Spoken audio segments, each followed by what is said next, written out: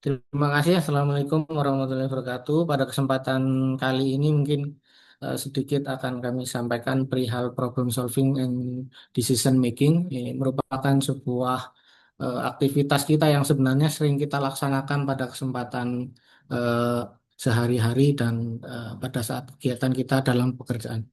Yang kami hormati Bapak RH, Pak Denny Ramadan, Bapak Sutri Anwar, Senior Executive Vice President Business Support yang kami hormati, Bapak-Bapak manajer, kawan-kawan sekalian di PT PN 4 Regional 7 yang saya banggakan. Pada kesempatan kali ini saya mencoba untuk menyampaikan terkait dengan problem solving dan decision making. Eh, Pada umumnya setiap kita dalam kegiatan kita tentu saja ada setiap kali pasti ada permasalahan yang kita hadapi. Nah, posisi yang tertinggi pada saat kewenangan yang lebih tinggi adalah bagaimana kita mengambil sebuah keputusan terhadap permasalahan yang ada. Permasalahan yang paling kompleks dari sebuah masalah, maka dampak yang akan timbul juga akan semakin besar. Ketika kita mengambil sebuah keputusan, tentu saja akan berkompensasi terhadap apakah kita akan menjadi yang lebih baik ataukah sebaliknya.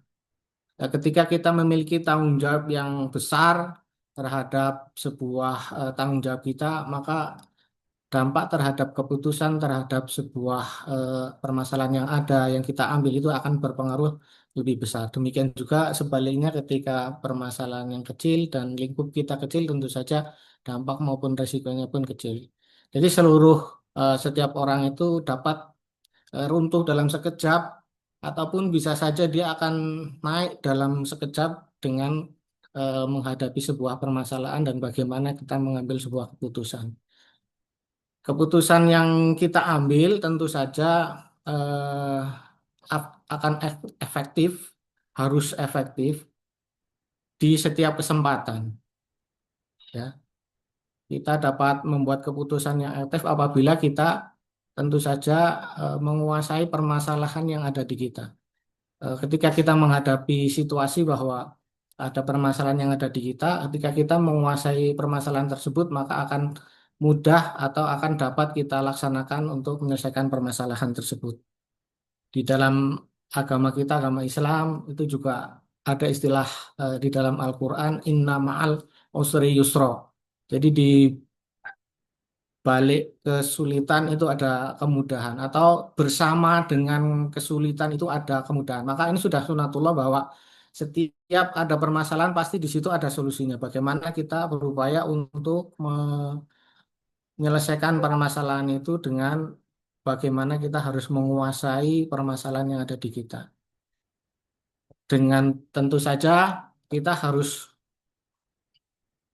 mempertimbangkan risiko yang akan yang terjadi apabila kita eh, apa namanya mengambil sebuah keputusan.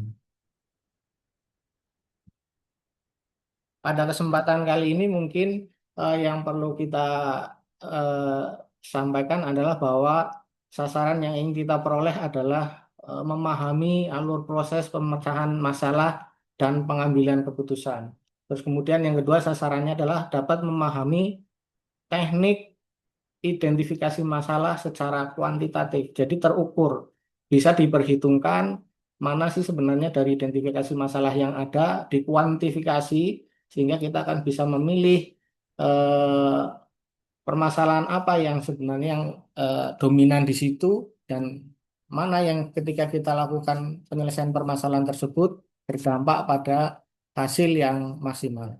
Terus kemudian yang ketiga mampu mengembangkan alternatif pemecahan masalah.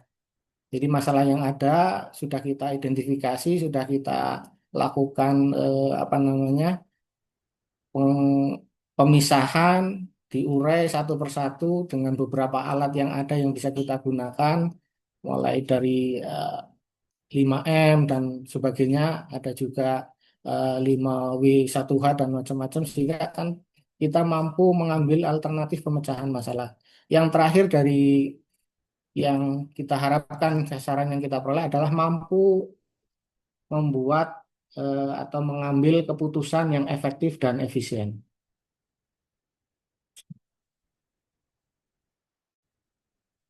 agenda pembelajaran pada saat kesempatan sekarang ini kita ingin melihat bagan pola pikir penyelesaian masalah. Kemudian yang kedua melihat kembali teknik identifikasi masalah. Seperti apakah identifikasi yang harus kita lakukan. Ada juga peralatan yang kita gunakan, ada cost volume profit analysis dengan analisa margin keuntungan dari biaya maupun jumlah yang kita peroleh itu bisa menjadikan alat yang kita gunakan untuk menentukan sebuah suatu permasalahan. Mohon maaf, bentar. Nah, ini. eh yang keempat mungkin latihan pemecahan kasus. Nanti ada sedikit bagian terkait dengan kasus pemecahan masalah. Kemudian yang kelima adalah pembahasan terkait dengan kasus. Selanjutnya, eh, kita mungkin sering mengenal ada istilah masalah, tetapi kita apa namanya kadang-kala belum bisa mendefinisikan apa sih itu masalah. Masalah adalah sebuah proses dalam perjalanan kita untuk menghadapi sesuatu, mencapai tujuan tertentu, namun ada gap antara realita kita, harapan kita, dan keinginan kita. Harapan kita mungkin ingin mendapatkan produktivitas kelapa sawit di atas 25 ton per hektar. Realisasinya masih di angka 22 ton. Nah, ini ada deviasi atau gap. Ini harapan kita, realisita itu bisa kita naikkan ke dalam harapan kita. Namun demikian ada juga benchmark kita yang mungkin sudah lebih dari itu. Bisa sampai di angka 30, mungkin 35. Nah, dari harapan kita ini kan menjadi sebuah peluang untuk keinginan kita untuk menuju ke sana. Jadi inilah peluang yang mungkin masih bisa kita harapkan, yang harus kita, yang ingin kita dapatkan adalah peluang yang apa namanya, yang masih ada gap antara harapan dan keinginan kita. Jadi permasalahan masalah itu adalah sebuah harapan yang eh, tidak sesuai dengan realita, terus kemudian harapan yang belum sesuai dengan eh, apa namanya keinginan kita sekalian. Dalam menentukan sebuah apa namanya mengambil keputusan dari sebuah permasalahan atau penyelesaian masalah dan pengambilan keputusan ada 6 langkah yang bisa kita lakukan. Yang pokok pertama adalah identifikasi masalah terlebih dahulu, apa permasalahan yang ada, terus kemudian yang kedua adalah menentukan tujuannya atau sasaran yang ingin dicapai. Apakah itu harapan kita dari realita yang ada, apakah itu keinginan kita dari harapan yang ada supaya bisa mengambil peluang yang ada, sehingga tujuan kita akan lebih dibandingkan dengan kondisi saat ini. Kemudian yang ketiga, eksplorasi dan pengembangan alternatif pemecahan masalah. Dari identifikasi masalah itu akan dilakukan eksplorasi pengembangan alternatif masalahnya seperti apa. Ketika diambil sebuah keputusan akan menjadi sebuah tindakan ataupun program-program yang tentu saja ini akan dilaksanakan sehingga keinginan ataupun harapan akan seiring dan permasalahan itu akan apa namanya bisa kita atasi. Terus kemudian yang kelima, antisipasi dampak keputusan. Dari keputusan yang kita ambil ini mungkin ada dampak-dampak yang akan muncul. Ya itu tentu saja kalau di kita sudah ada pertimbangan risk management atau manajemen risiko kita apabila ada pengambilan keputusan kita yang kita ambil. Terus kemudian rencana aksi ataupun tindak lanjut dari apa yang sudah kita ambil dari sebuah keputusan tersebut. Bahkan pola pikir penyelesaian masalah rasional. Yang pertama kita harus memahami kondisi saat ini. Mungkin kondisi saat ini tidak sesuai dengan harapan kita, tidak sesuai dengan keinginan kita dari kondisi realisasi yang ada. Harapannya seperti apa yang kita peroleh, maka akan kita tuju di harapan tersebut. Kemudian ada permasalahan itu kita akan pilih permasalahan mana yang dominan mempengaruhi kita. Dari permasalahan tersebut, apa sih penyebabnya? Ada penyebab satu, penyebab dua, penyebab tiga. Kita akan pilih, identifikasi lagi, kemudian pilihlah menggunakan alat-alat yang kita gunakan. Mulai dari 5W, mungkin atau terus kemudian menggunakan diagram Pareto menggunakan analisis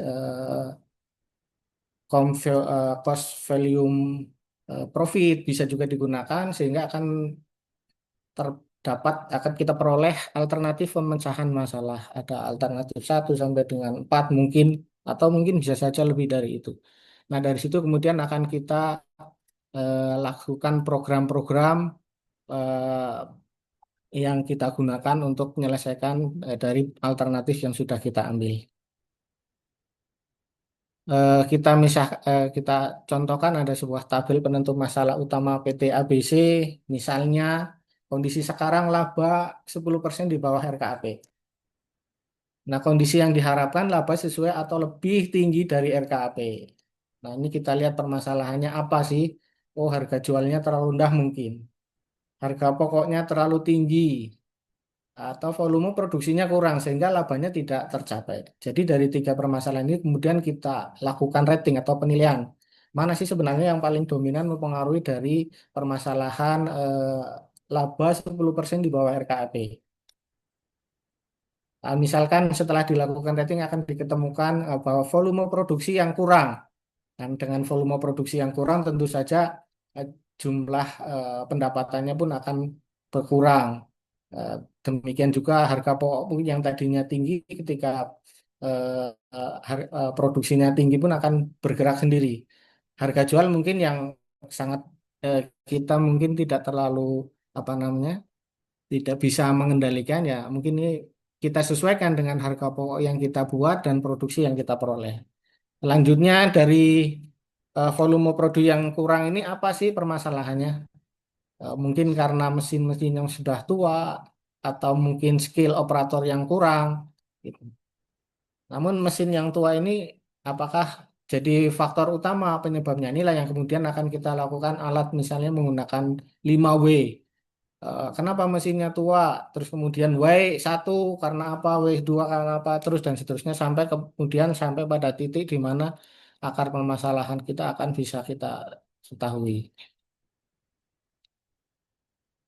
Nah, ada beberapa alternatif pemecahan masalah. Misalnya ketika mesin tua, oh ya ganti yang baru. Skill operator kurang, adakan pelatihan atau rekrutmen operator baru. Ini eh, alternatif pemecahan misalnya seperti itu. Nah, tentu saja dengan menggunakan mesin penggantian mesin itu dananya cukup besar, maka bisa saja di apa namanya diambil langkah yang lain. Ini juga kita lakukan penilaian, kira-kira seperti itu. Nah, identifikasi masalah ini ada beberapa yang bisa kita gunakan alat bantu. Fishbone diagram, peta hierarki permasalahan 5W 1H, 5W diagram sebab akibat yang ini juga akan bisa membantu kita untuk mengurai dari permasalahan yang ada. Terus kemudian diagram Pareto di mana ada beberapa permasalahan yang kita jumpai di dalam lingkungan kerja kita akan diurai satu persatu, kemudian dihitung frekuensinya, seberapa kejadiannya. Ini menggunakan data yang cukup banyak sehingga akan diambil di situ kesimpulan bahwa oh ada pekerjaan yang dominan atau masalah yang dominan yang harus kita atasi adalah ini. Dengan permasalahan itu maka boleh dikatakan kita melaksanakan atau mengerjakan 20% pekerjaan tetapi 80% pekerjaan yang lain bisa kita antisipasi atau bisa kita kita minimalisir. Yang enam cost volume profit analysis atau analisa keuntungan dari biaya maupun quantity volume jumlah yang kita hasilkan. Ada sebuah pernyataan pick up tool that suit for your work. It's allow you to do the work effectively.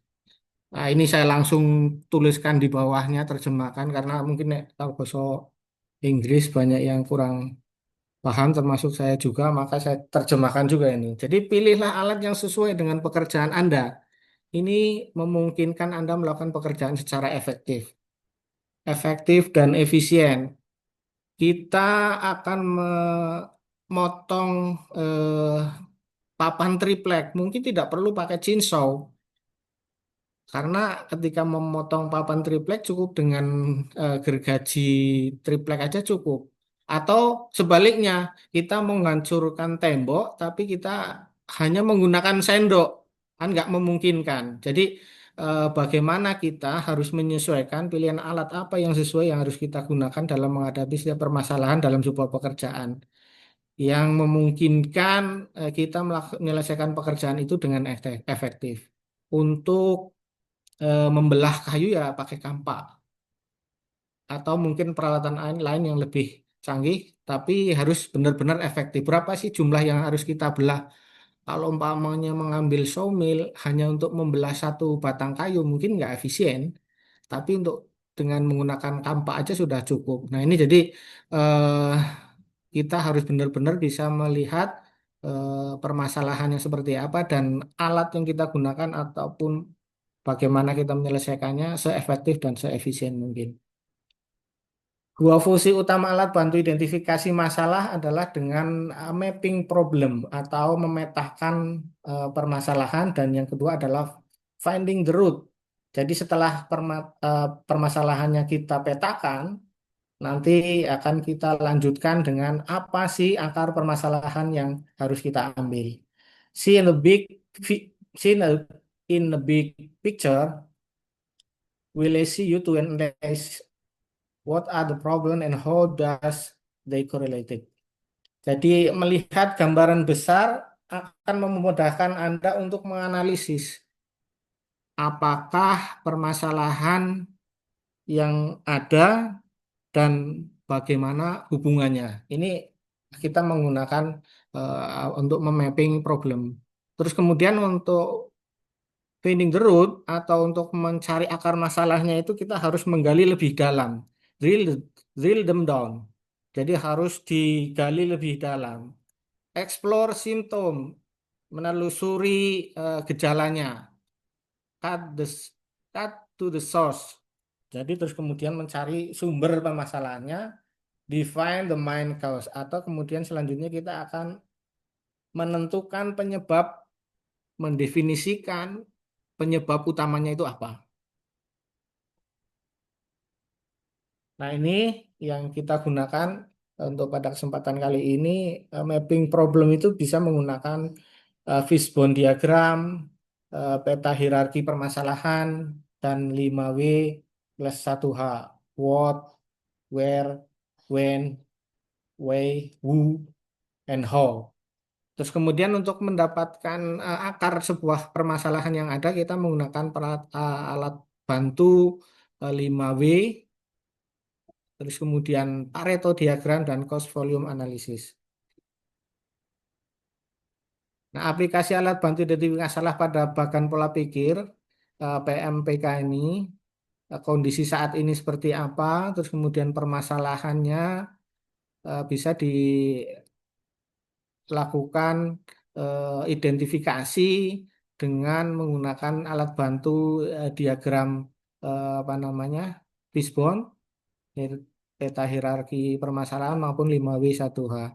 Dan penyebab permasalahan ini bisa kita eh, identifikasi dengan menggunakan 5W dan diagram Pareto maupun cost volume analysis. Ini akan mengetahui akar permasalahan dari permasalahan yang ada, terus kemudian bisa kita lanjutkan dengan pemilihan pemilihan alternatif dari penyebab yang dominan yang mempengaruhi sehingga program kerja kita akan lebih efektif dan harapan terakhir kondisi yang diharapkan akan bisa segera kita apa namanya akan bisa kita atasi. Identifikasi masalah dengan menggunakan fishbone diagram digunakan untuk memetakan masalah menurut kelompok-kelompoknya. Tujuannya agar setiap penyebab masalah dapat teridentifikasi, cocok digunakan untuk analisis permasalahan di bidang industri. Kalau di kita juga ada istilah bocal ya, kalau istilah dulu itu bahan, orang, cara, eh, alat, lingkungan. Ini hampir mirip dengan ini. Itu salah satu juga diagram fishbone yang untuk mengidentifikasi setiap penyebab dari permasalahan yang ada. Nah, ini diagram identifikasi masalah menggunakan diagram fishbone. Keadaan masalahnya adalah pernyataan tentang permasalahan yang dihadapi. Money ataupun modal ataupun ini yang terkait dengan ketersediaan dana, eh, pembengkakan anggaran dan lain sebagainya ini dibahas di money. Man terkait dengan SDM, metode terkait dengan cara, mulai dari apa namanya sistem, metode job spesialisasi, generalisasi, dan lain-lain. Material atau bahan yang berkualitas, yang ketersediaannya kapan, terus kemudian mesin atau kelompok penyebab masalah yang terkait dengan peralatan atau sarana. 5W plus 1H digunakan untuk mengungkapkan fakta-fakta permasalahan, digunakan untuk mengkaji atau menganalisis suatu permasalahan atau penyebab permasalahan secara spesifik dan bahkan untuk mengidentifikasi permasalahan dengan beberapa pertanyaan umum yang sebenarnya bisa kita eh, urai dari pertanyaan-pertanyaan tersebut. What apa, when kapan, where di mana, who siapa yang terlibat di dalamnya, why kenapa permasalahan itu bisa muncul, dan how bagaimana permasalahan tersebut dapat terjadi. Identifikasi masalah berikutnya bisa digunakan alat yaitu berupa peta hierarki permasalahan. Dengan peta hierarki permasalahan ini akan menggambarkan sifat hubungan persoalan yang sedang dihadapi, menggambarkan posisi dan hubungan antara gejala atau simptom masalah dan akar penyebab masalah. Hanya dapat dibuat oleh orang yang menguasai permasalahannya atau di apa atau bidang tersebut. Jadi memang ini eh, orang yang menguasai permasalahan atau bidang tersebut ini yang paling dominan yang bisa menggunakan sistem ini. Ini peta hierarki permasalahan, misalnya kenapa kok keuntungan atau kerugian kebun terjadi. Ini nanti diurai dari apakah karena ada harga pasar TBS, harga pasok TBS, kemudian volume produksi TBS dan seterusnya. Diurai lagi ke supply demand, terus kemudian ke rendemen, jumlah TBS, manajemen pengolahan dan seterusnya sampai dengan detail, sehingga ini akan teridentifikasi permasalahan-permasalahan dari sekian banyak yang diurai itu di sebelah mana permasalahan itu yang paling dominan mempengaruhi. Contohnya adalah peta hierarki PTHK. HK ini nama PT, contoh aja, bukan Heri Agus bukan ya. Profit itu dari mana? Dari harga jual, dari harga pokok, dari volume produksi. Nah, harga jual itu dari mana? Kebijakan profit marginnya, selera konsumen seperti apa, harga pokok bisa dari biaya variabelnya, biaya tetap atau overheadnya, terus kemudian volume dari produksi, bahan baku, bahan penolong, alat, mesin, dan lain-lain sebagainya, yang bisa mempengaruhi volume dari produksi yang kita hasilkan. Ini juga sangat besar pengaruhnya terhadap profit akhir yang akan kita peroleh. Kemudian alat identifikasi berikutnya adalah dengan 5W. 5W ini adalah sebuah metode yang digunakan untuk mengungkap akar penyebab permasalahan. Terus kemudian metode ini digunakan menggunakan pertanyaan why. Kenapa suatu permasalahan dapat terjadi? Bisa ditanya dengan why ini sampai dengan pada di mana kita sudah ketemu pada akar permasalahan pokoknya. Contoh untuk menganalisa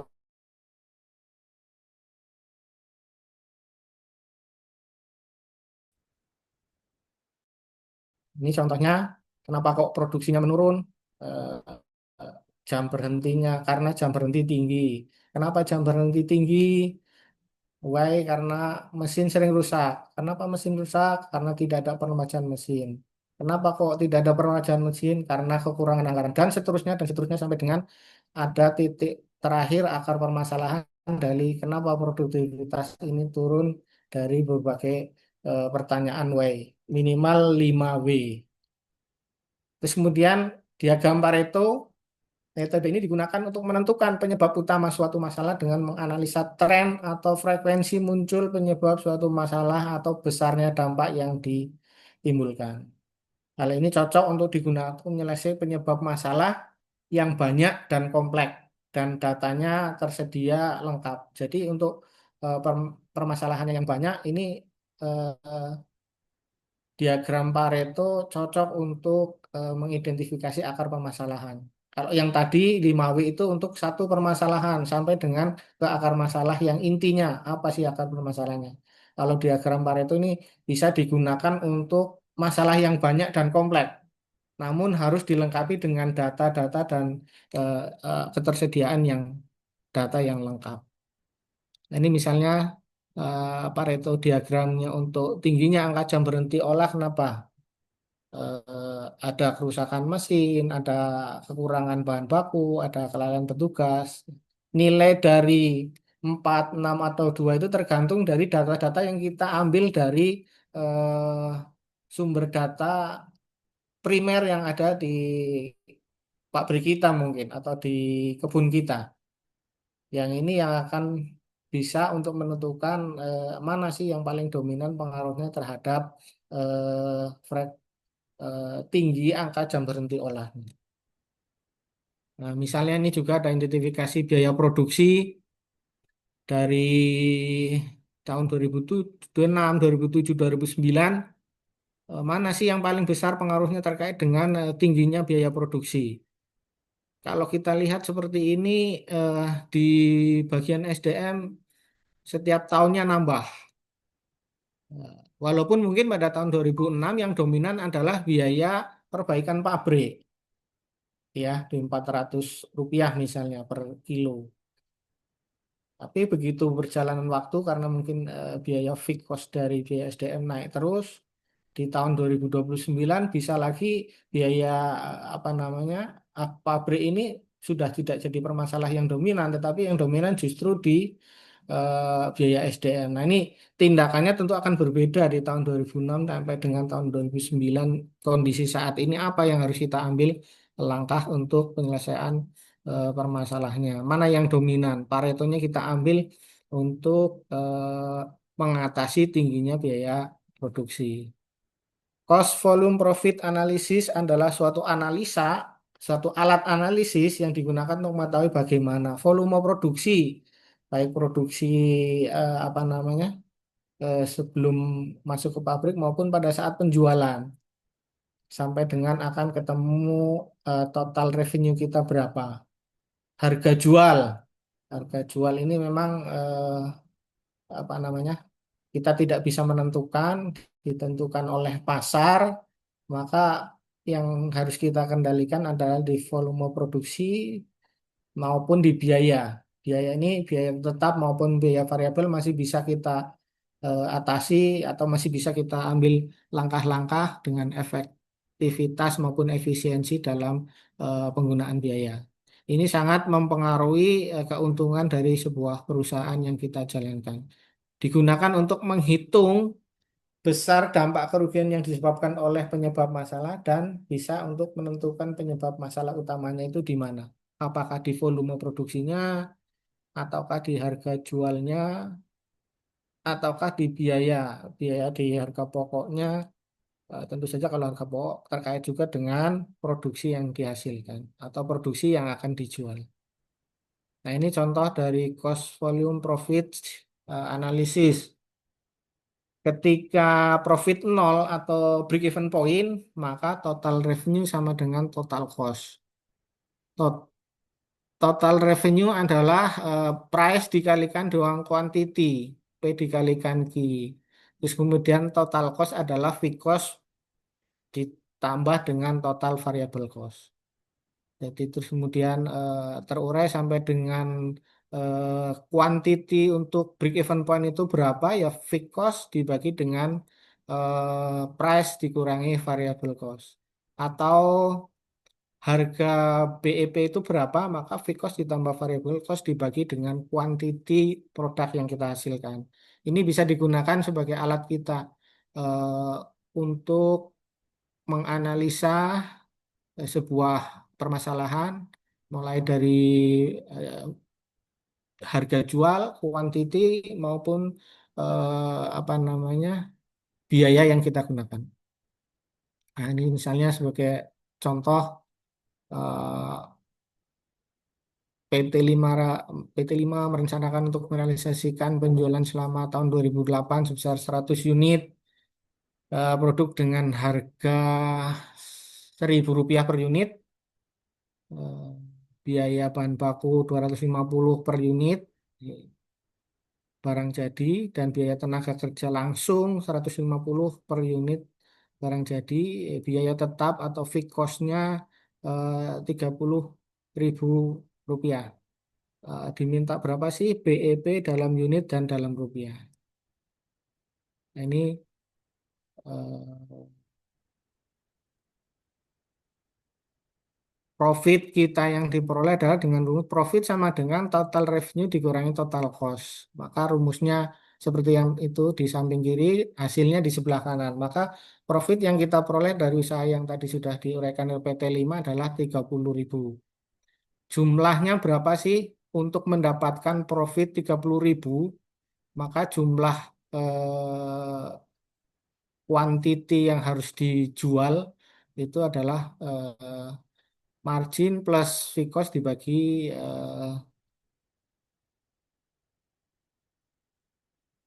price dikurangi variable cost price. Nilainya adalah 100 unit yang harus dijual untuk mendapatkan margin 30.000. Terus kemudian price atau harganya berapa sih untuk mendapatkan margin 30.000? Margin ditambah fixed cost plus variable cost dibagi dengan quantity yang akan kita jual produknya, yaitu harganya Rp1.000 untuk mendapatkan profit 30.000. Ini juga analisa-analisa lain yang bisa digunakan untuk cost volume profit analysis sehingga bisa dipakai untuk dasar kita menentukan eh, kebutuhan yang harus kita lakukan untuk permasalahan ini apakah bisa digunakan untuk menyelesaikan masalah tersebut. Nah, ini ada dua gambar yang kita ambilkan contoh antara kuantiti dan harga. Yang sebelah kanan sama yang sebelah kiri, tentu saja kita akan milih yang sebelah kanan kan, karena variabel cost, fixed cost-nya rendah, di garis merah ya ada tulisan fixed cost lebih rendah, maka untuk break even point ketemu antara total cost dan total revenue dan total cost itu eh, ketemu pada satu titik, maka kuantitinya lebih sedikit, jumlahnya lebih sedikit karena fixed cost-nya lebih rendah. Sebaliknya yang A, karena fixed cost-nya eh, eh, lebih tinggi, maka titik temu break even point antara total revenue dan total cost lebih tinggi kuantiti atau jumlah barang yang harus kita hasilkan, harus kita jual. Jadi kalau melihat diagram seperti ini yang dipilih baiknya yang B, karena fixed cost-nya lebih kecil sehingga kuantiti yang kita apa namanya yang kita perlukan untuk break even point lebih lebih rendah. Dengan jumlah penjualan yang sama atau kuantiti yang sama, tentu saja yang di diagram yang B akan lebih untungnya lebih besar dibandingkan dengan yang di grafik yang di A.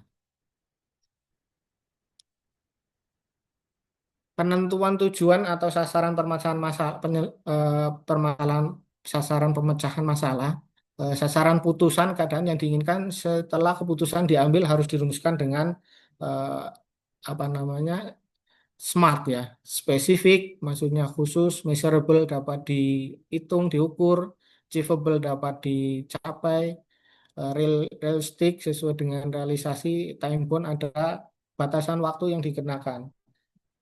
Sehingga dalam mengambil sebuah keputusan ini akan lebih eh, terukur. Sasaran yang perlu kita peroleh adalah sasaran utama keinginan yang harus dicapai.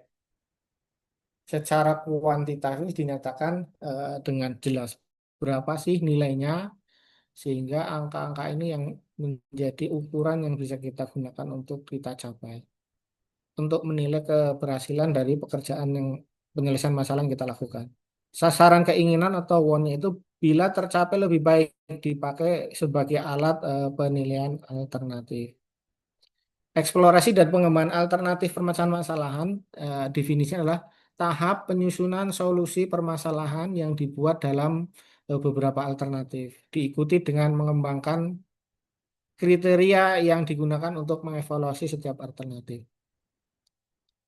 Eksplorasi dan pengembangan alternatif pemecahan masalah berdasarkan penyebab masalah yang telah dipilih dan dengan mengetahui akar penyebab masalah tersebut, lakukan inventarisasi alternatif pemecahan masalah. Seperti yang tadi disampaikan bahwa apabila kita sudah mengidentifikasi permasalahannya, terus kemudian mengurai akar permasalahan mana, terus kemudian akan diketahui masalah yang dominan yang seperti apa, maka alternatif penyelesaian masalahnya dilakukan dengan program-program yang harus kita siap laksanakan. Pilih prioritas pemecahan masalah yang terbaik berdasarkan dari parameter. Nah, ini kita menggunakan parameter-parameter dari ini kuantifikasi, mencoba untuk mengkuantifikasikan eh, alternatif permasalahan masalah yang akan kita ambil.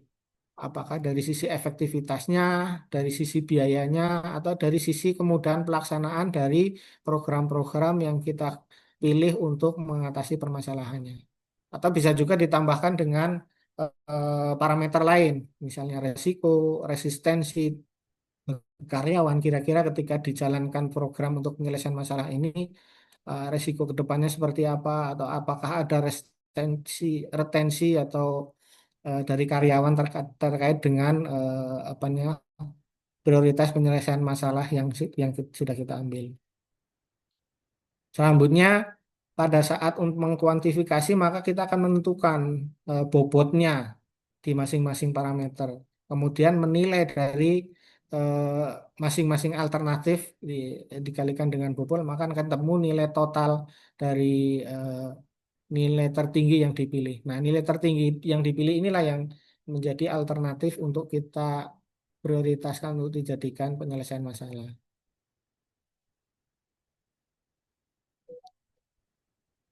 Eksplorasi dan pengembangan alternatif pemecahan masalah seperti yang tadi disampaikan, ada alternatif satu, A, B, C, D, nilainya yang sudah kita tentukan tadi, efektivitasnya seperti apa, terhadap total penyelesaian masalah 100% misalnya, tapi efektivitasnya berapa, biaya dan kemudahan.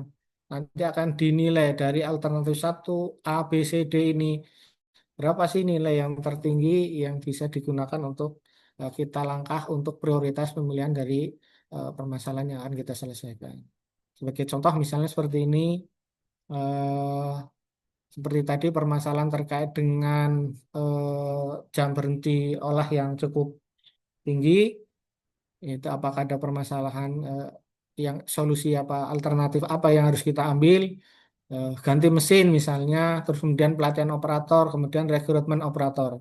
Efektivitasnya 40%, biaya pelaksanaan 40%, dan kemudian pelaksanaan 20%. Nilai dari penggantian mesin 30. Kenapa? Karena efektivitasnya cukup efektif. Kalau nanti mesinnya diganti, pasti apa namanya terkait dengan jam berhenti olahnya akan eh, rendah karena mesin langsung diganti. Terus pelatihan operator mungkin pelatihan operator akan lebih kecil dibandingkan dengan penggantian mesin. Rekrutmen efektivitasnya karena butuh waktu dan butuh biaya tentu saja mungkin yang paling kecil ini mungkin penilaian yang ada di sini. Terus dari sisi pelaksanaan penggantian mesin baru mungkin akan lebih lama dan butuh eh, biaya yang cukup tinggi sehingga nilainya mungkin lebih kecil dibandingkan dengan pelatihan operator. Pelatihan operator, operatornya ada di situ, tinggal bagaimana kita menyiapkan pelatihnya untuk melatih operator itu sehingga bisa mengoperasikan peralatan dengan baik. Rekrutmen mungkin akan lebih tinggi dibandingkan dengan penggantian mesin dari sisi pelaksanaan biaya pelaksanaan. Terus kemudian dari kemudahan eh, nilainya ada di situ, pelaksanaan ada 10 di penggantian mesin baru, pelatihan operator 20, rekrutmen operator 20, sehingga akan ketemu nilai total akhir. Nah, ini semua terkait dengan efektivitas biaya pelaksanaan, kemudahan, atau mungkin bisa tambah dengan parameter lain dengan tadi resiko, terus kemudian dengan apa namanya tadi, yang satunya lagi eh,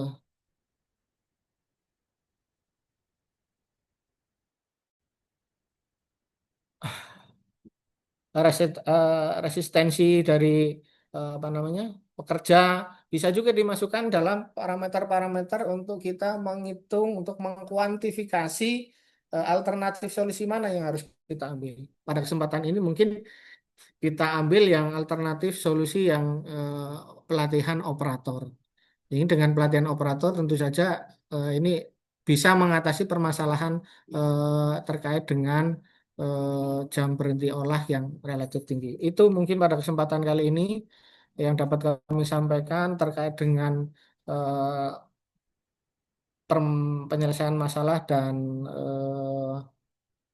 apa namanya pengambilan keputusan PM dan PK. Yang terakhir, mungkin itu yang dapat kami sampaikan, bagaimana kita bisa mengambil sebuah keputusan dari permasalahan yang ada dengan mengkuantifikasi permasalahan yang ada dan mana supaya lebih efektif dan lebih efisien. Itu saja mungkin pada kesempatan kali ini, Mbak Tiara, yang dapat kami sampaikan.